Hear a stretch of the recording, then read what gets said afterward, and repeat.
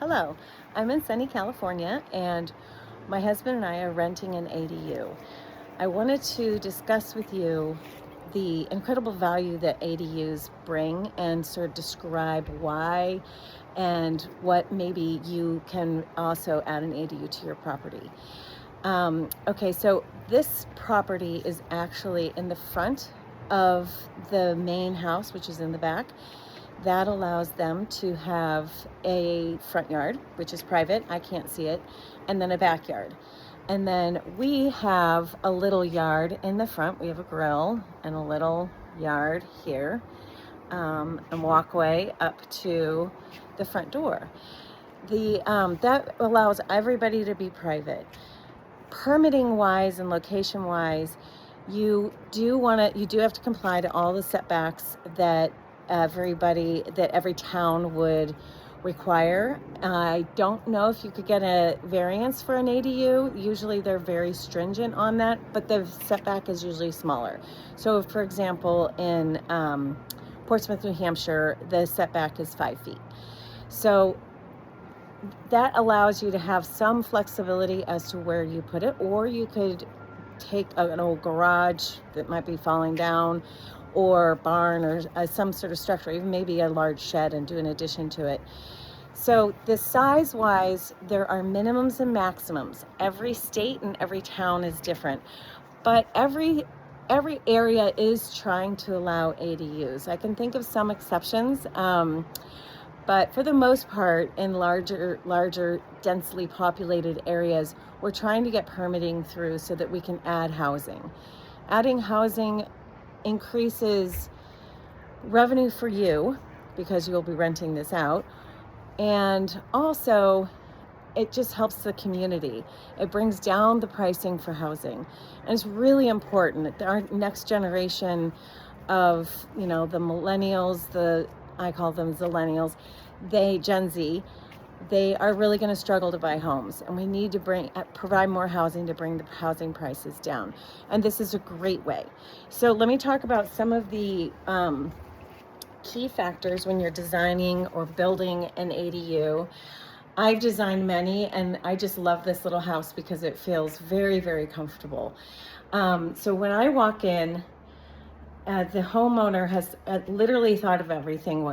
So there's this little table here, and then there's another table there to put your things, and then the TV is across from a sectional. So function and flow are both really, truly key components. And then you can see I have my desk there that I've been working here for, like I said, a little over 2 weeks, and it's perfectly fine. For the kitchen layout, I really like this layout. My husband and I can cook together. There is 3 seats, which adds more seating for dining. There's no dining room table. And then you can see in the kitchen, there is the layout of the sink, stove, refrigerator, and then pantry right behind me. So super efficient, but enough. There's enough storage, and there's also enough plates, and all of that is there's enough room, I guess is what I'm trying to say. So here is the laundry. It's a nice stackable laundry. Also very efficient flow layout. And then here we have bedroom 1, bathroom, and then bedroom 2.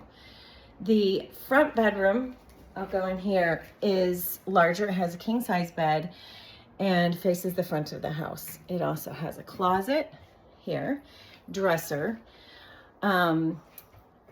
I didn't realize there was one there. And then each room does have mini splits in them, which is really nice. They've also thought long and hard about hooks, so there's a place to hang things very easily. And then mirrors, this is the second bedroom, another mini split here. And then these windows add more light. And then that window is looking right at a fence, which you can see. I'm going to come back. I want to talk to you about light. In a small space, light is super important. These windows are, the front two windows are really, really big. Then these windows are along their driveway. I don't really need to see them, and they don't need to see in, but they still do, these clerestory windows still do provide a lot of light. And then in here we have a beautiful skylight that really truly adds light just about all day. This window here, I think it's darling because it provides the sink over the window that everybody loves, but it has that amazing view out to it's just green, and it's green all year long. We've stayed here a few times. So I guess my point is it doesn't have to be a big window, and it doesn't have to have a huge view, but it does need to be there. And then this little niche here is such a great idea just to add that extra. You're looking at something when you're in front of the kitchen sink. We spend a lot of time in front of the kitchen sink, and we really want to feel that light and that sort of mental energy. And in the bathroom, there is a window over the shower, but there's this solar light, and all day long, I think the light is on. Right now, it looks like the light is on, but it's not.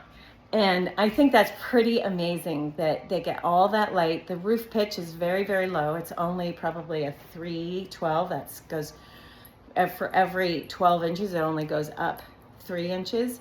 So it's important to make sure that you can add that extra light. So if you are interested in designing an ADU or building an ADU, I have a few designed on Amy Dutton Unfold that you can just click by, check out, or we can customize one, or we can build one all on your own. But most of all, have fun with it. This should be a really fun process, and be really creative about space and efficient. Thank you.